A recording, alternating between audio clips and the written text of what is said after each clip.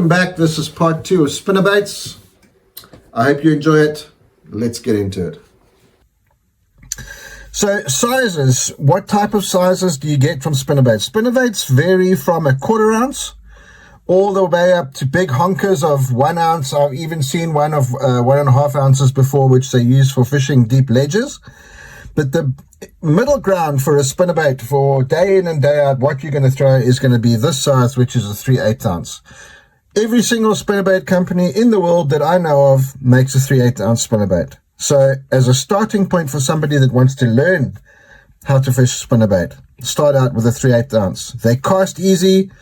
They wind through the water easy. Generally speaking, on most brands of spinnerbaits, the blades that they put on them is equal to the wire. What usually happens if the wire is too thin and the blades are too big, it ends up not swimming properly, or it'll swim on its side. So stay away from cheap brands of spinnerbaits. Buy the most expensive ones that you can afford and try and stick to the 9 brands. I'll put up a bunch of brands at the end of the video just to give you guys an idea. This is a topic that we could go into for hours, so I'm going to have to put brakes on myself here and try and keep it short, or shorter than I normally would, because I could honestly talk about spinnerbaits for hours. I love them that much. So much so that this is the first mold that I bought when I started making my own lures. You will notice in this video, guys, there is no other brands of spinnerbaits that you can see. That doesn't mean that I'm anti other brands. It just means I make my spinnerbaits the way that I want them. So I only use my own spinnerbaits. Most other commercially available brands of spinnerbaits are fantastic quality. There are a few that are less so, but the majority of spinnerbaits that are on the market now, you can buy with confidence. And again, try and stick to your big known companies like Strike King, and Dirty Jigs makes a very good spinnerbait. And there's a bunch of other companies that make really good spinnerbaits. The choice is entirely yours, and I think a lot of it is going to be based on the skirt colors, which may be applicable to baitfish in your home lake, or possibly the wire diameter, or the wire, what it's made of. The titanium ones are very difficult to come by, but they are fantastic because they bounce back. This is the weak point in all spinnerbaits here. Even though stainless steel wire is incredibly strong, it does bend, and with the wire bending and being straightened all the time, eventually it's going to snap. And usually if you catch a nice big fish on a spinnerbait, it will bend the spinnerbait 17 different ways, all kinds of heck, and you've got to bend it back. It's just part of life when you fish spinnerbaits. It is what it is. So how do we determine blade size? How do we determine what size blades? There's a lot of different theories on that, and I have my own theory on it, as I do with most other things in bass fishing. And I try to match up my blade size to the size of baitfish that's in the lake. In other words, if you live in a lake where the baitfish are small, there's a lot of minnows, smaller shad, smaller shiners, that type of stuff, keep your blade sizes smaller. If you live in a lake where there are massive baitfish, then up your blade size, like big shad, big golden shiners, that type of thing. Up your blade size. But when you up your blade size, guys, remember, you need to upsize the head or the weight of the spinnerbait. If the blades are too big and the head is too small, it will cause the spinnerbait to roll onto its side, and essentially you'll be fishing a spinnerbait like that, which is no good. You want the spinnerbait riding upright, blades spinning up here, skirt pulsating down here, trail hook out the back, all is good. So continuing on with blades, let's talk about the different types of blades you get. This style of blade here is called a willow leaf blade. They come in many sizes and many different colors.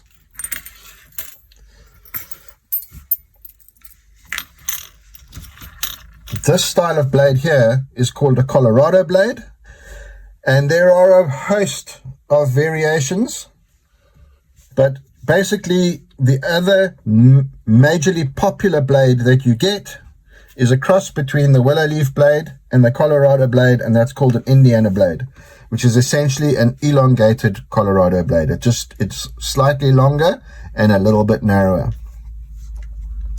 You do get painted blades. This one here we'll discuss in a moment, of many different colors and thousands upon thousands upon thousands of different types of skirts. Before we move on to that, let's discuss something which is I always seem to bring into the conversation, and I want to talk about the difference between what I consider a finesse spinnerbait and a standard spinnerbait. So you can see here in this spinnerbait here, even though I umbrella tie all of my skirts, there you can see there's no material hanging down the shaft of the hook because I trim it all off there. This is still an incredibly full skirt. And again, we'll get into that in a moment. The reason for that is this is one of my dirty water spinnerbaits. This is a white and chartreuse with big Wampa Colorado blade and an orange blade on it, which I painted myself. I do have white chartreuse spinnerbaits that are not dirty water baits, that have standard blades on them, where the skirts are slightly finer. But this is, for me, a reaction color. So I want a fuller skirt and a bigger profile in the water. When you're dealing with lakes where you have specific types of bait fish or that are smaller or extremely clear water, you can go down to something like this, which is I consider this to be a finesse style skirt. It has a similar profile to the bait that I just showed you, but there is a lot less skirt material on this bait. Now, if you bought a bait that looked like this and you wanted to turn it into a bait that looks like this, it's not a problem. As long as the skirt is hand tied, in other words, as long as the skirt is wired or tied onto the shaft of the spinnerbait behind the head, you could very easily just flip this bait over like that and trim off the excess skirt to make this look like this. Or if you say you were ordering from a custom builder like myself, you could order an umbrella tied spinnerbait like that still has a full skirt but is more of a finesse profile. Another thing that comes into play as well is the size of the spinnerbaits. A lot of people will not throw them. I love to throw them. This is a 1/4 ounce spinnerbait. This is like a super finesse spinnerbait that I've tied. You can see there's hardly any skirt material. Very small blades. If you compare it to this finesse spinnerbait, this is a 3/8 ounce and this is a 1/4 ounce. The blade is very fine. I use this spinnerbait here in ultra clear water in lakes where the bait fish are tiny. So we're talking about little bait fish like that. It's this type of bait for me has always been super successful after some or other type of spawn, be it the bass spawn or bluegill spawn or something like that, where the little bait fish are tiny. You can see the tiny little blades. I think that's a size 3 and that's a size 2. And it's all you're trying to do is just create that little flicker in the water. You don't want a full profile bait when you're targeting fish that are eating little fry this size. Okay, let's talk about bait colors for a while. There's always going to be colors that you want to have in your boat. So you're always going to want to have some version of a shad or a pearl or a white color with bigger blades. This particular bait here has got 2 number 4.5 blades on it, but this is a 1/2 ounce bait. Then you're going to always want to have a white and chartreuse. Always. It doesn't matter where you fish. White and chartreuse is an effective color. And then you can specialize some or other type of a bait fish color. For example, this is my version of a bluegill. You can see it's got just a little bit of orange and a little bit of yellow on the belly, and then very fishy colors on the back. Custom painted head. I always go overboard when I make my own baits. This is what would be considered by the Japanese an Ayu color, but it seems to work everywhere. A little bit of watermelon on the back with some gold in it and a pearl type belly. And then early season, for whatever reason, because it doesn't look like anything, red or orange and red spinnerbaits seem to be the deal.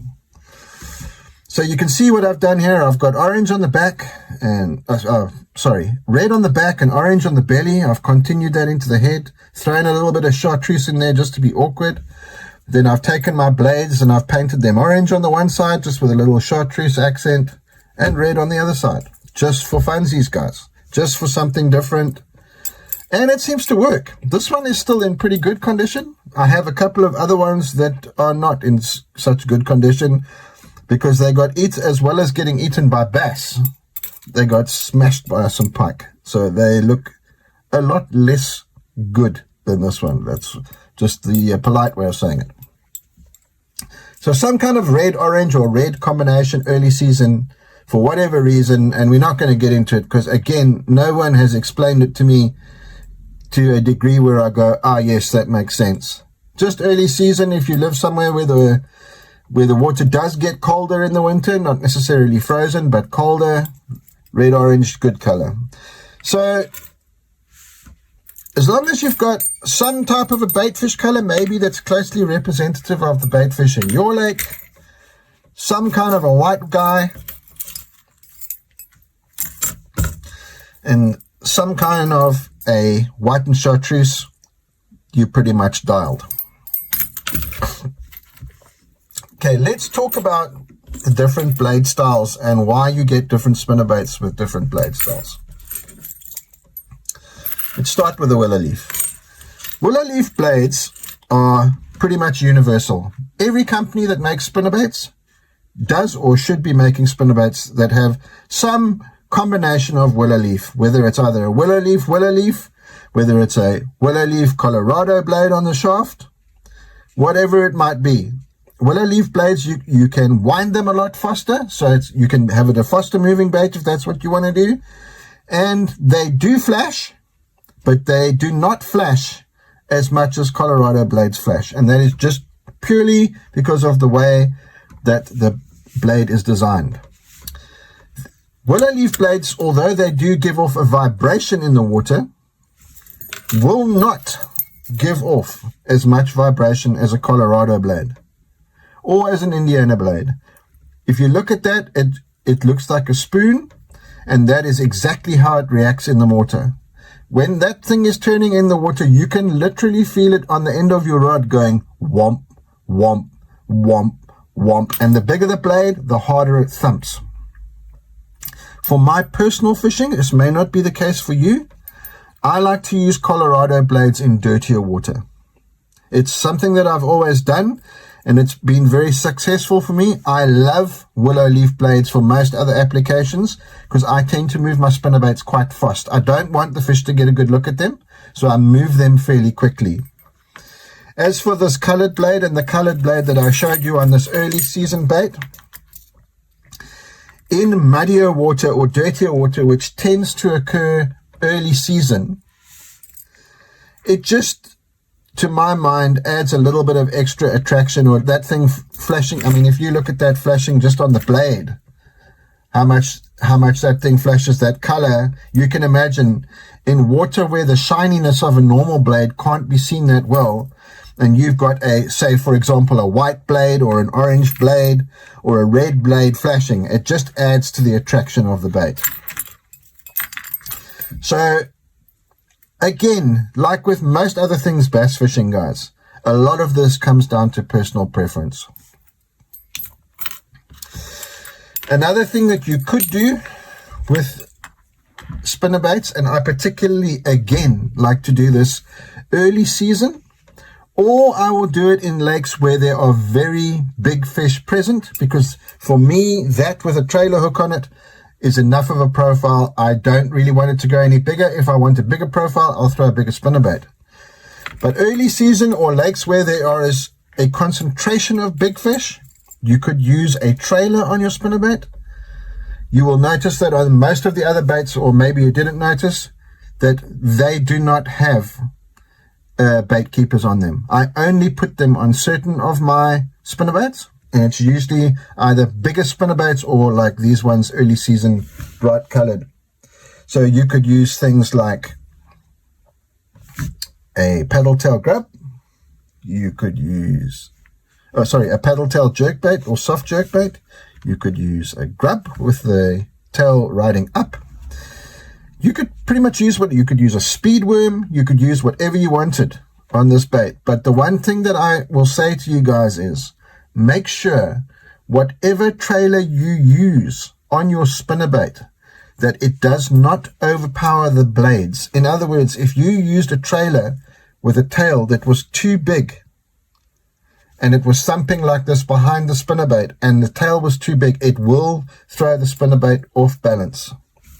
I'm not going to get into it too much, but a spinnerbait is what I call a critically balanced bait, which means if the blades are too big for the size of the head, it will cause the spinnerbait to roll or to not swim or not run properly. So that is just my terminology. It might not be the correct terminology, but I call that a critically balanced bait. If everything is not exactly right, the bait will not run properly.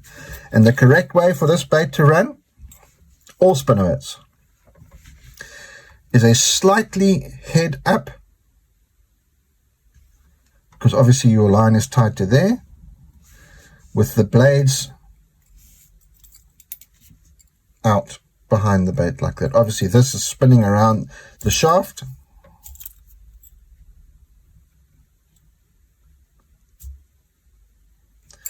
and this is spinning just on the ball race. Just whilst we're on that, guys, when you are purchasing your spinnerbaits, do not buy any spinnerbaits that don't have ball bearing swivels. And when you take your spinnerbait out of the pack, hold the swivel in your left or right hand, depending if you're left or right handed, so that side of the swivel can't move, and turn the blade. Sometimes what happens is these baits get assembled and they're clear coated after the blades are put on, and that clear coat can make these ball bearing swivels stick. And also sometimes you just get a dud one. You just get a dud ball bearing swivel.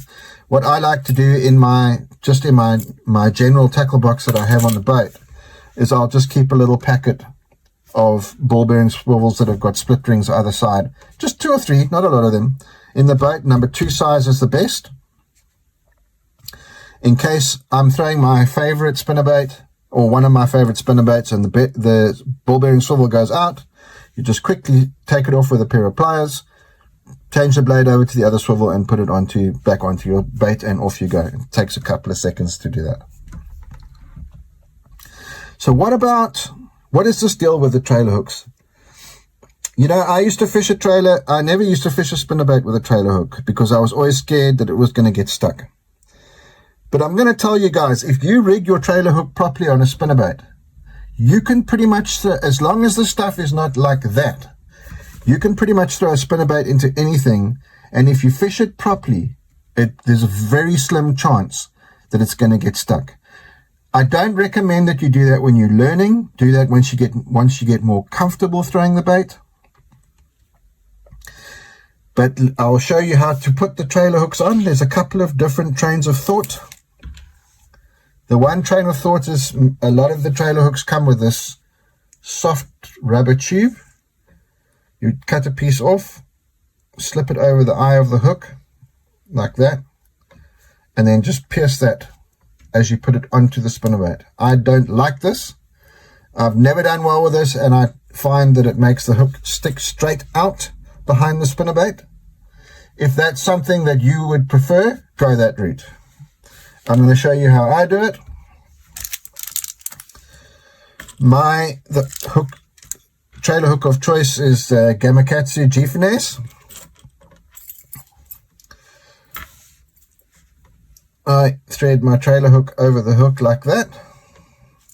And then the G-finesse hooks come with these little rubber stoppers. Let's try and get that nicely in focus there. And you just take the rubber stopper and you thread it over the point of the hook and stop it halfway down the bend of the hook, and that stops the hook from coming off. Trailer hooks are particularly important when fish are biting short. You will sometimes find when you're fishing a spinnerbait, you'll be winding it and you feel the bite, boop, and it bumps it, and you wind it in and there'll be teeth marks on the blade, and that's because they're hitting at the blade. If you have a trailer hook on, there's a chance that you'll still get that fish, but you can see for yourself here, I make my spinnerbaits slightly differently. A lot of the spinnerbaits that are commercially available, and this is something else that you can look for when you are buying your spinnerbaits, the blades stick out.